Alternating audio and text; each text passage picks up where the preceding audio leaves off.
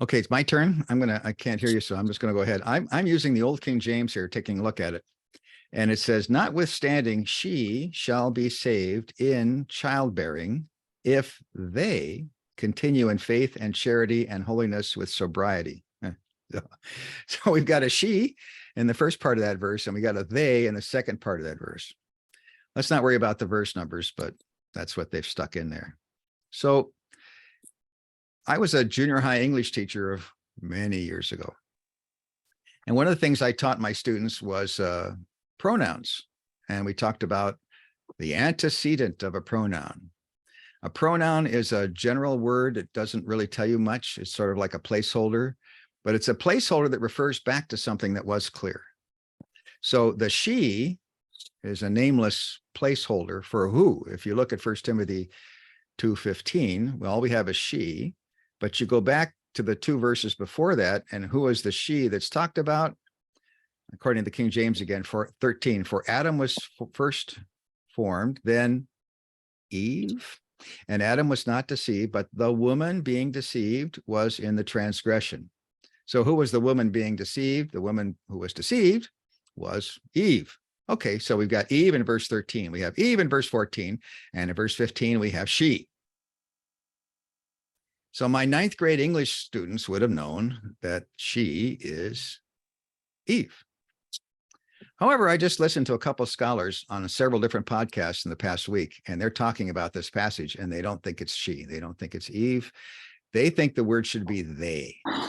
And there are some Bible translations, and maybe you have one of those and you read that. It says they will be saved in childbirth. Okay. And that's not what the Greek says. It says she.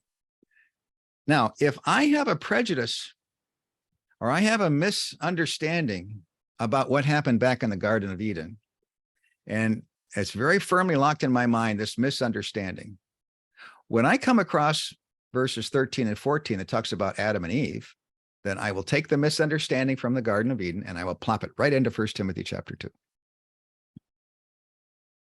And I think that's what's going on. There are a lot of wonderful scholars out there who study these passages and are making progress, but until they get Genesis 3:16 figured out, where God supposedly curses Eve, and he didn't, and he talks to her about big bad pain in childbirth, and he didn't.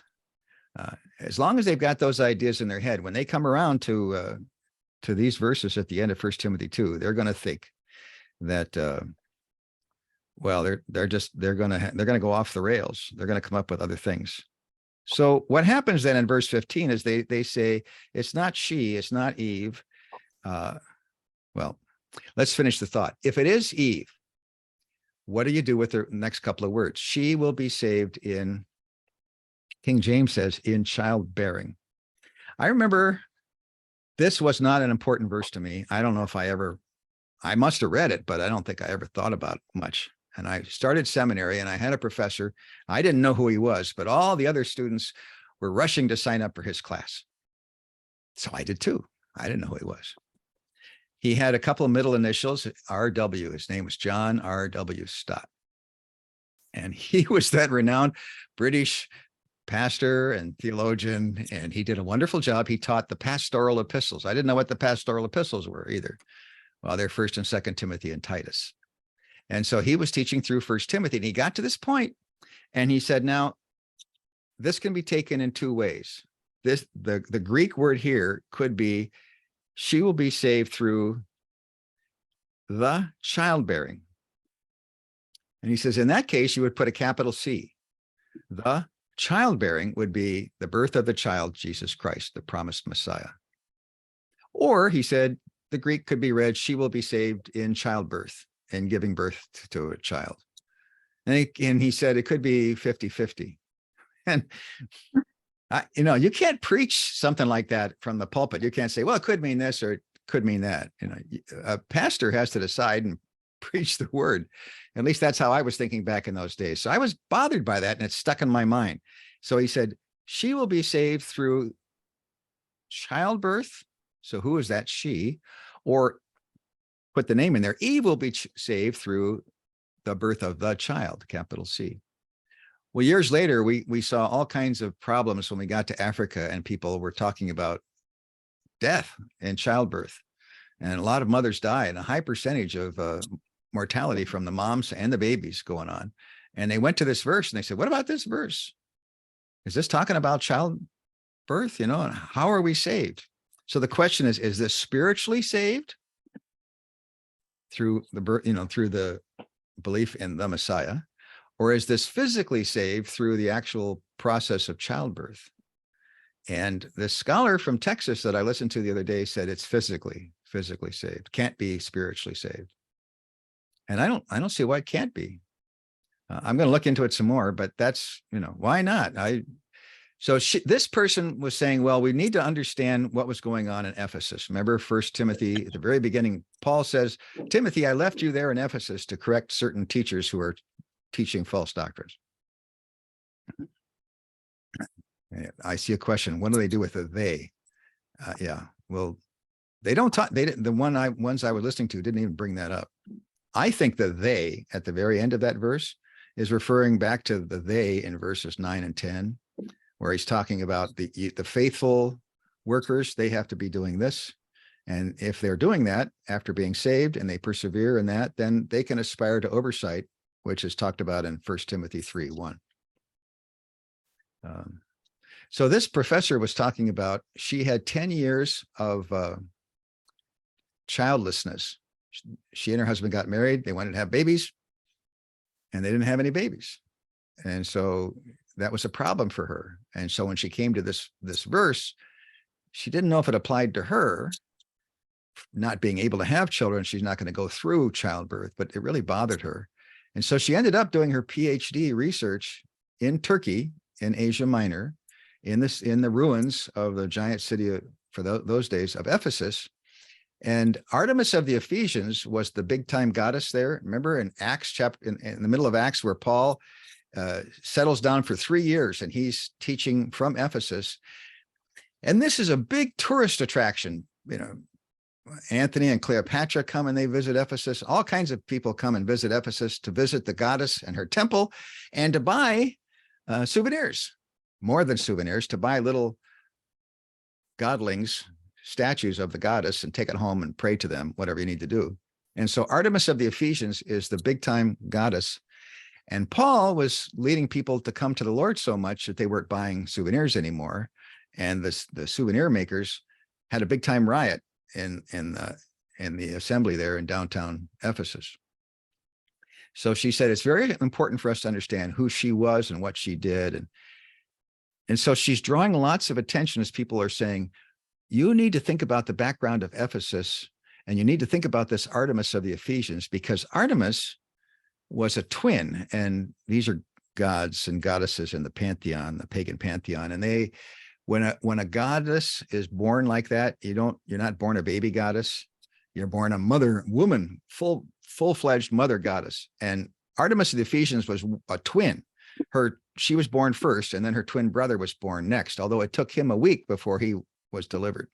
So she's standing around there as a full-grown, brand new goddess woman, and she sees her mother going through a week of agony, according to the myth, a week of agony until the brother is born. And she says, I don't want to go through that. So it builds on the fear of the actual childbirth problem that people had back then. And she says, I don't want to have anything to do with sex and babies at all. And so she goes to her father, Zeus, and she says, hey, can you make it so I don't ever have to worry about this? And he says, okay, fine. So she is a confirmed bachelorette. And this professor says, you're going to find a lot of people worshiping Artemis of the Ephesians in Ephesus, aspiring to be like the goddess and aspiring not to get married and to be single. And a lot of the priestesses that are serving her are single.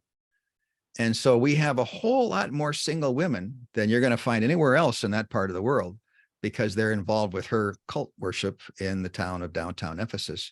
And keep that in mind, she says, as you're studying 1 Timothy.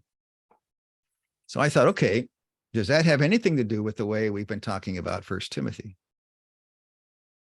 And I've been thinking about it, and let me try it on you. In 1 Timothy, Paul And in other places he does this. He says, I have a shortcut. I have a way of telling you what's coming up. I'm going to do this, and I'm going to tell you about that, and I'm going to tell you about another thing. So I got these things coming up. So he tells you what the outline is coming up.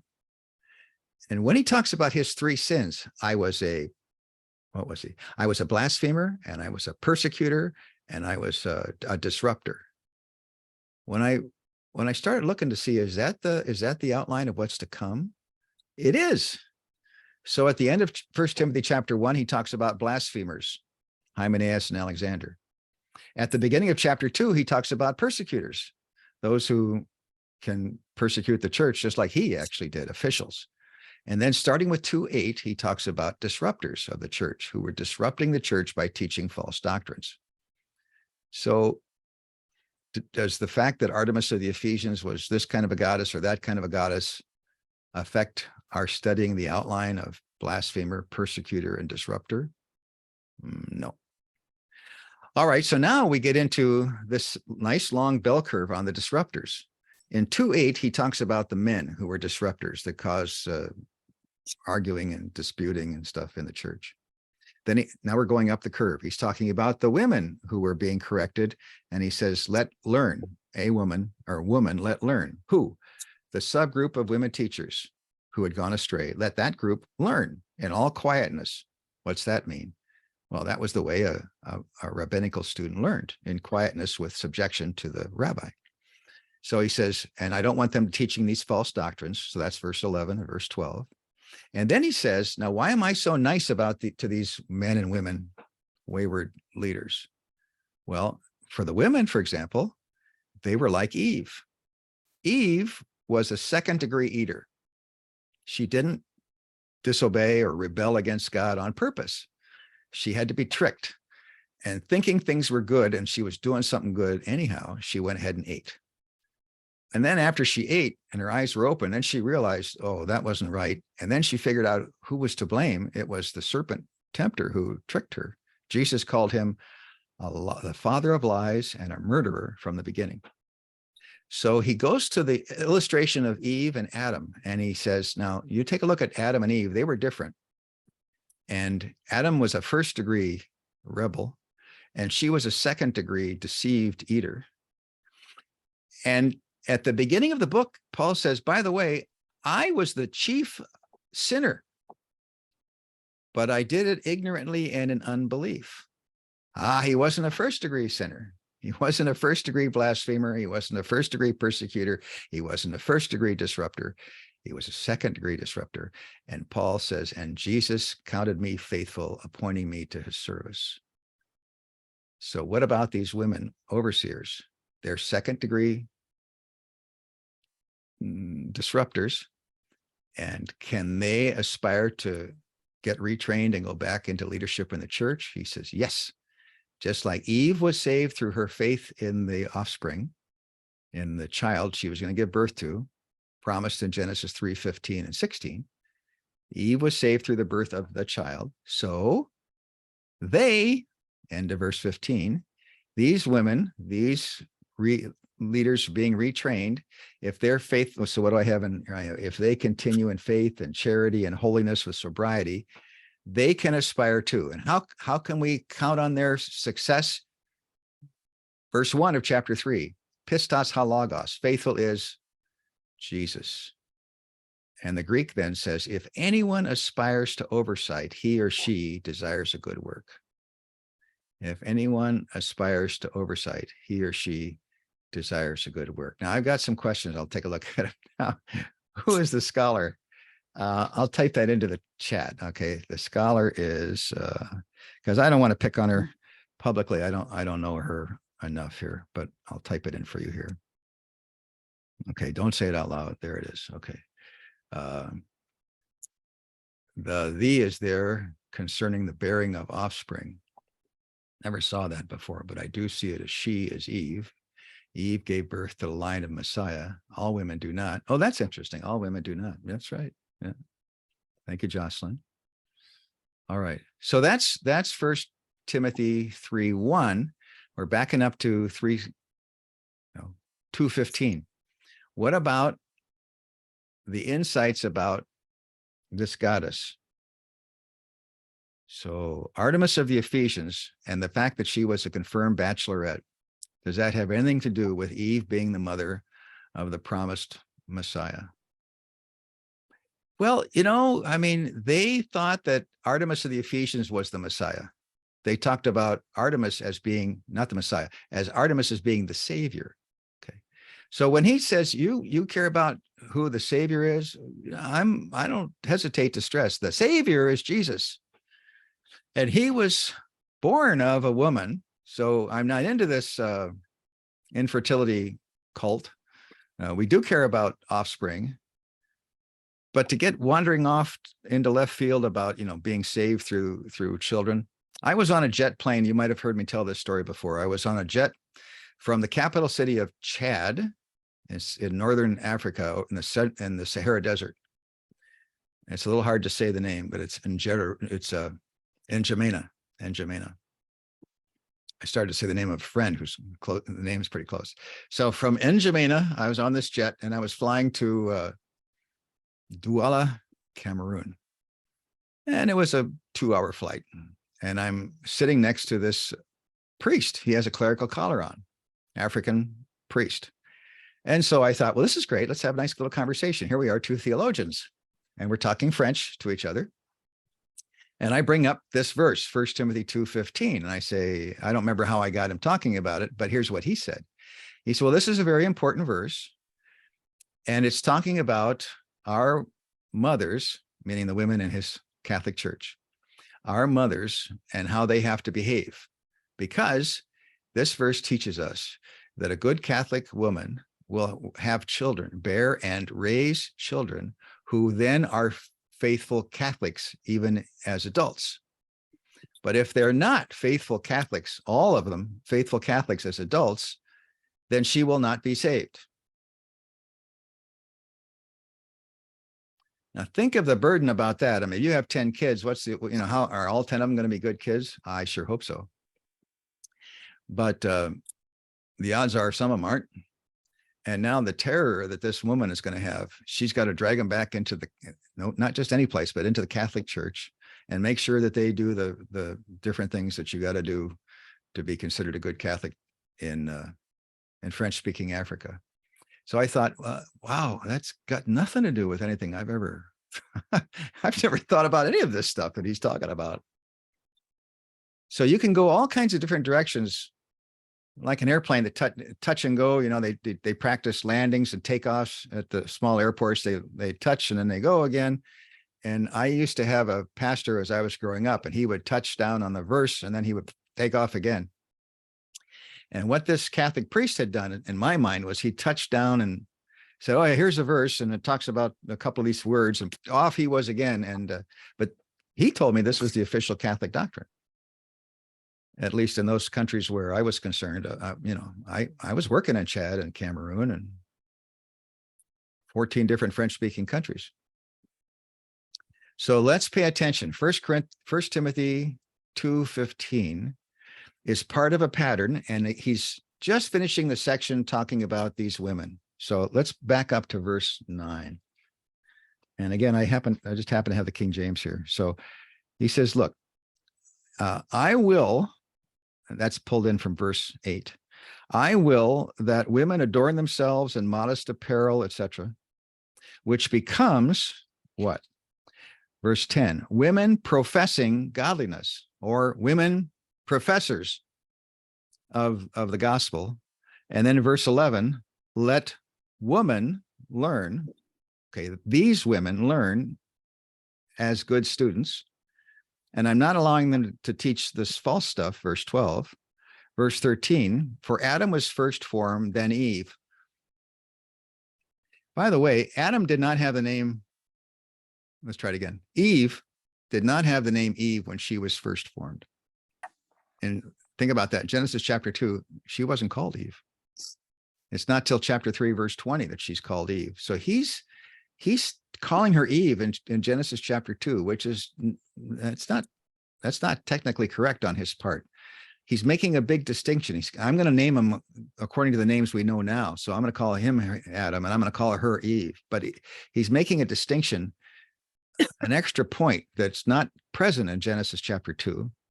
And then in verse 14, he says, Adam was not deceived, but the woman being deceived was in the transgression. Okay, so how did she get into the transgression? She was deceived and he wasn't.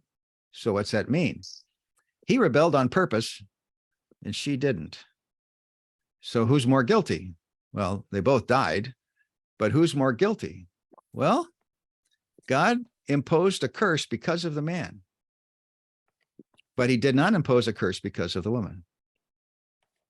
And then verse 15, she shall be saved through the childbirth, Eve, through the promised child, if they continue in faith and charity and holiness and sobriety. And some of these words like sophrosunes and piste and all that, they refer back to the beginning and back in verse 9. And then chapter 3, this is King James says, this is a true saying. If a man desire the office of a bishop, he desires a good work. They added lots of stuff there. It doesn't say the office of, it doesn't say bishop, it doesn't say a man, it doesn't say a true saying. So what does it say? Pistos halagos, faithful is the word. If anyone aspires to oversight in the church, he or she desires a good work. And then he goes on in chapter 3, verse 2, saying, okay, now here's some qualifications you have to fit. You have to be above reproach. And then he says you have to be a faithful spouse. And I think people are mistranslating when they say husband of one wife. That's not what it says. It says faithful spouse. And the list is all gender inclusive. It could be men or women all the way down to verse 10. All right, so then based on that priest, any unmarried or barren woman has no chance of being saved then. Rebecca. He didn't bring that out. He said more that the women who have children better be good mothers by raising their kids and keeping them in the Catholic Church. And by the way, there's a lot of them that aren't staying in the Catholic Church. So that's a big pastoral application problem. So I don't know. We didn't go that far.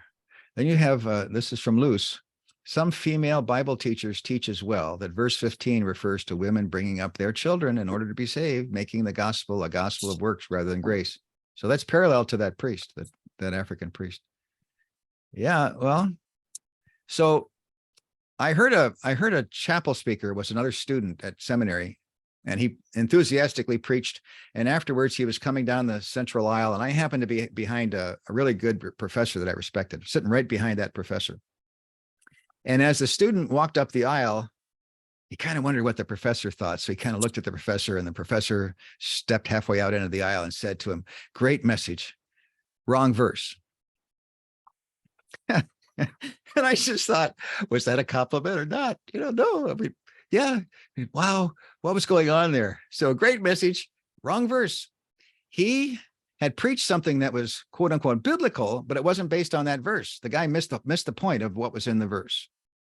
So if these female Bible teachers, Luce, that you talk about, teach that verse 15 refers to women bringing up their children in order to be saved, making the gospel a gospel of works rather than grace.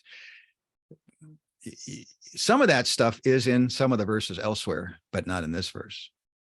This verse isn't. Do we want to bring up our kids in order to be saved? Of course we do. That's what we want to do.